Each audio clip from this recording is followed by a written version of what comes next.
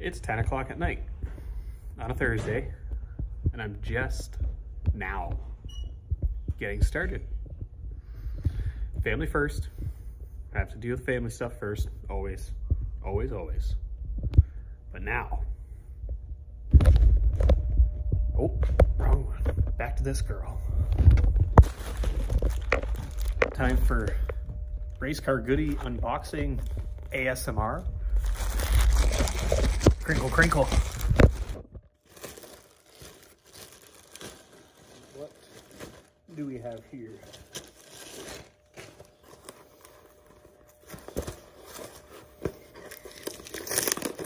Got her taped up with Fort Knox. Holy crap. Oh yeah. My nuts. Haven't seen these in years. I don't know which ones are which. I'll find those out in a minute.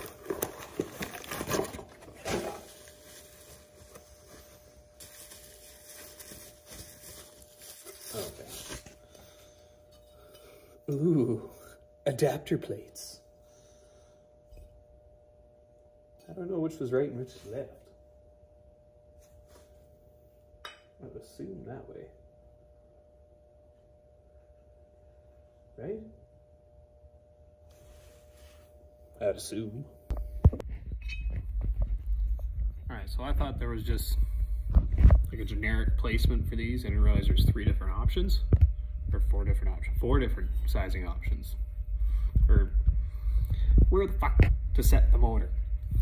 So now I gotta go probably off that motor. Do a quick measurement so I kind of know roughly where it needs to sit. And hopefully out of these 4, I got a 25% chance of guessing correctly. Hopefully. Or wing it and hope for the best. Probably what I'm gonna go with. Now how's this for a fucking angle? Alright, forgot to videotape it. Measure the other motor from the very back of the block where the transmission meets to the very farthest forward motor mount bolt, not from the LS but for the 350, was roughly 17 and a half. So when I measured it, bang kaboom, put the plate into place. 17 and a half would be us using the first set of holes. So it'd be that one, that one, that one, or that one, sorry. Putting the wrong hole. So basically, further forward on the bracket. That gets us where we need to be. Step number 2. Install the bracket. What we need is flat screw, Loctite. Most cases, not a big deal. Motor mount, one of the very few things you don't want coming loose like ever, unless you want to see your motor come through the hood. I mean, if that's what you want to do, by all means, put 1 bolt in. Who cares? But I don't want this to happen. I don't think anybody else in the track wants this to happen. Apparently, I'm running low on Loctite. There we go. And yes, I use red. Why? Just be safe. That's all.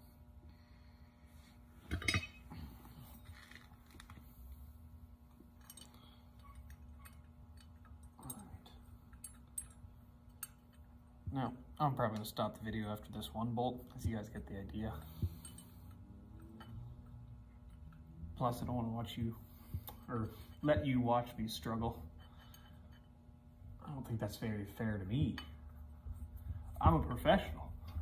But once 5 o'clock hits, professional shuts off. So one thing you gotta remember when combining new and old is they don't always fit. The aftermarket does their best, but they don't always fit. So because of what I run, I have to run this spacer with this motor mount, so that way the motor sits where it needs to. And because of that space, the spacer wanted to hit right on this block here. I had 2 options: cut this spacer about 1/4 inch, or no, this edge of the block off. I'm like, well, I already know the easy answer is just cut that. Just took the bottom section of this, just cut off 1/4 inch.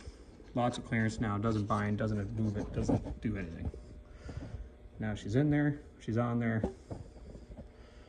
Time to do the other side.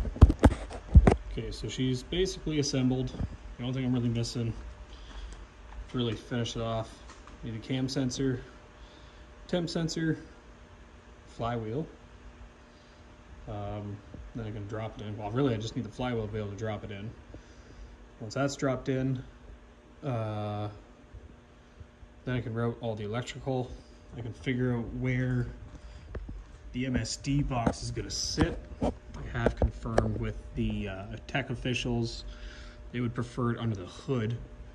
I'm going to try and do like a lock box, that way, you know, they can see it, see where the RPM's locked at, and we can lock the box, that way they know I'm not trying to cheat. Because that's going to be a big discrepancy with running this LS, is that I can change things on the fly, and really that's not the case. Yes, it's by a screwdriver, but it's obvious changes. So this way, it's locked, it's either way, it's not easy accessible. The only one that's going to have the key to the lockbox would be the tech official. So if I have electrical issues or stuff like that, obviously I need to go to talk to them first. And then they can open it up for me, I can fix what I need to fix, then they have to reconfirm I didn't adjust my RPM or anything like that, which is understandable.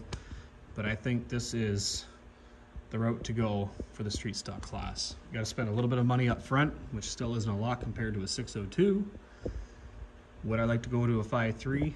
Absolutely, but baby steps. Let's start with a 4.8. I'm not gonna be blowing the doors off a 602 anytime soon, but I'll definitely probably be on their bumper. At least, I think I will be. Only one way to find out. See this beautiful monstrosity of old parts, new parts, and updated parts go into that hole.